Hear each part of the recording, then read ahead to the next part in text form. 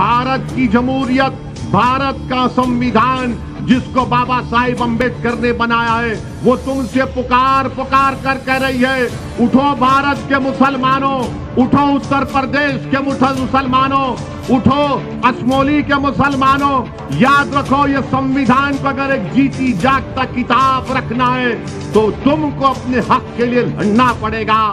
याद रखिए, अगर आप वो दिल फरेब सेकुलरिज्म की बातों में दोबारा अगर आपको फुसलाया जाएगा, याद रखो उत्तर प्रदेश के मुसलमानों, ये सेकुलरिज्म के नाम पर जिस तरह हम छोटे बच्चों को खिलौना देकर उनका दिल बहलाते हैं, पिछले 50 साल से मुसलमानों को सेकुलरिज्म की झूठे और दिल फरेब बातों पर हमारे पास एक खिलौने की तौर पर देकर हमको पीछे कर दिया गया, हमसे इंसाफ नहीं किया गया।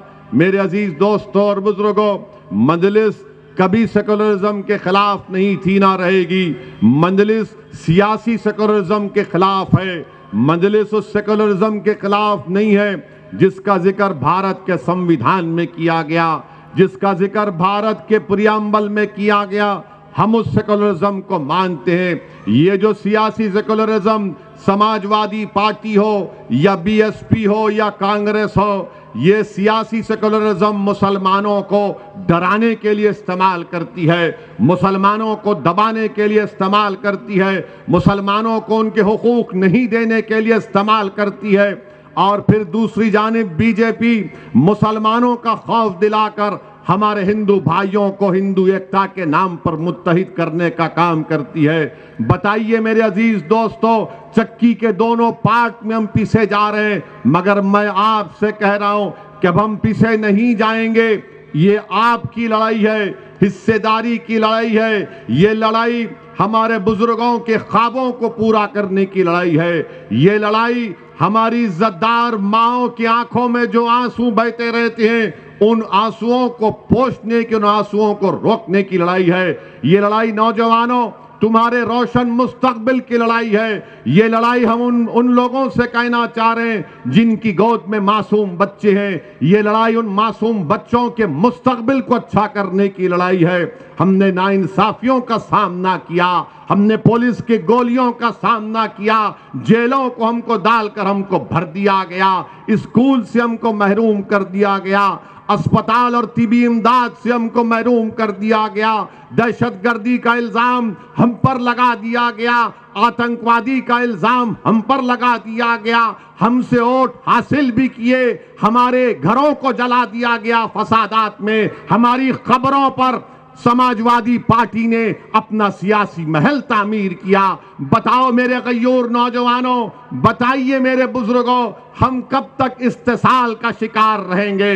आज आपको एक करवट लेना है, अगर आज आप करवट नहीं लेंगे नुकसान हमारा होगा। याद रखो, भारत की जमहूरियत, भारत का संविधान जिसको बाबा साहिब अम्बेडकर ने बनाया है, वो तुमसे पुकार पुकार कर कह रही है, उठो भारत के मुसलमानों, उठो उत्तर प्रदेश के मुसलमानों, उठो असमोली के मुसलमानों। याद रखो, ये संविधान को अगर एक जीती जागता किताब रखना है तो तुमको अपने हक के लिए लड़ना पड़ेगा।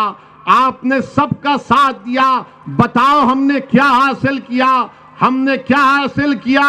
हमने मलियाना हासिल किया। हमको क्या मिला? हमको हाशिमपुरा मिला। हमको क्या मिला? हमको मुजफ्फरनगर का फसाद मिला। 50,000 से ज्यादा आबादी, हमारी मुल्क की आजादी के बाद 50,000 से ज्यादा मुसलमानों को अपने घर से बेघर होना पड़ा। CAA का कानून पार्लियामेंट में आता है, पूछो समाजवादी पार्टी से, पूछो BSP के नेताओं से, पूछो कांग्रेस के बड़े बड़े लीडरों से, पार्लियामेंट का रिकॉर्ड उठाकर देखो कि उस कानून के खिलाफ अगर किसी ने मुदल्लल तरीके से संविधान को सामने रखकर, गांधी के पैगाम को सामने रखकर, अगर किसी ने मोदी के 300 MPओं के सामने CAA का कानून, मुसलमानों को स्टेटलेस बनाने का कानून बनाया जा रहा था, किसने बीजेपी के 300 एमपीओं के सामने कहा कि जिस तरह गांधी ने उस वक्त के सफेद फार्म हुकूमत के कानून को फाड़ा था, आज असदुद्दीन ओवैसी भारत के उन तमाम लोगों की तरफ से जो अम्बेडकर के संविधान को अपने दिल से लगाते मैं इस कानून को फाड़ता हूं। बीजेपी के 300 एमपी खड़े हो गए और कहा कि तुम कैसे फाड़ सकते हो? तो मैंने कहा यह कागज का टुकड़ा है, यह कानून नहीं है। ऐसे कोई कानून को हम नहीं मानते जो भारत के संविधान के खिलाफ जाता है। मजहब की बुनियाद पर तुम मुसलमानों को भारत की शरीयत से महरूम करना चाहते हो। तो हमने कानून को फाड़ा, एहतजाज किया। क्या किया समाजवादी पार्टी ने, क्या किया बीएसपी ने, क्या किया कांग्रेस ने?